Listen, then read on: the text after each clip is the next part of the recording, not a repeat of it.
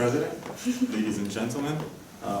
In my native Italian city of Bologna, in the low Middle Ages, life was dominated by struggles between supporters of the Pope, called the Guelphs, and supporters of the Emperor of the Holy Roman Empire, the Ghibellines. This kind of warfare that was waged between families is very much exemplified by Shakespeare's play, Romeo and Juliet, and it involved the construction of many towers.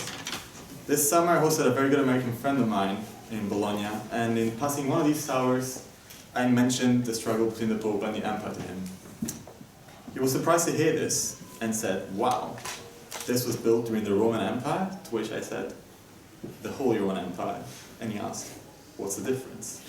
In the course of human history, many different ideologies have existed which have been powerful and influential forces of their time.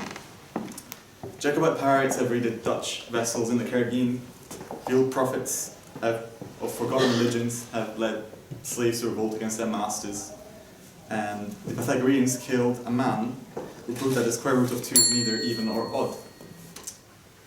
It is as problematic to evaluate whether the impact of these ideologies is good or bad as it is maybe to evaluate the impact of one of the latest important ideologies, patriotism.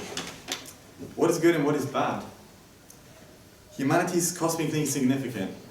In a universe 13.8 billion year old, a few Homo sapiens are clung to the surface of barren rock hurtling to space and are of no long-term consequence. But that's not to say our lives are meaningless. They're full of hopes and dreams, and struggles and celebrations, and commiseration and art and beautiful things. And all that we have in this senseless world is each other. We must work together to alleviate suffering, to improve conditions of life, and to carve out fulfillment and pleasure out of the little time we have.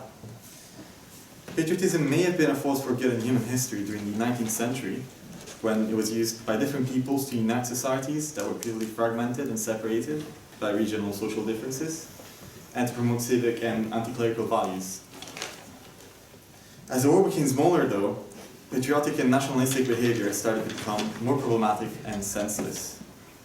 During the 20th century, it contributed to bringing decolonization and justice across the globe, but it also started to show its darker side, for example with the First World War.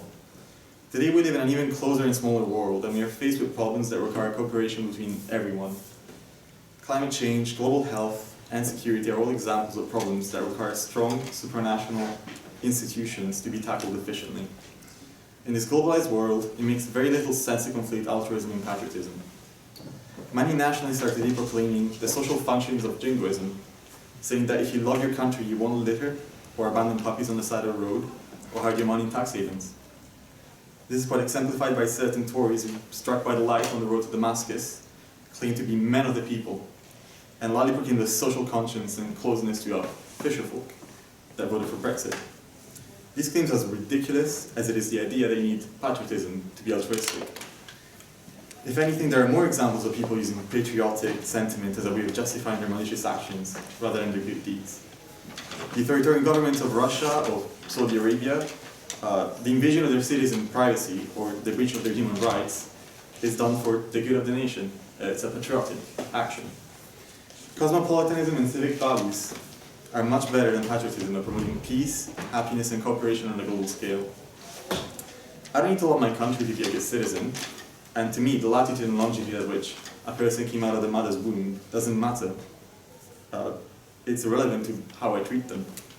These ideas, as outdated as they are harmful, and will bring nothing but pain to humanity in the long run. I am very optimistic, though, that despite temporary setbacks, humanity's path to global cooperation and understanding is unstoppable. The wars of the past century have rendered the attempts of old and new national socialists vain.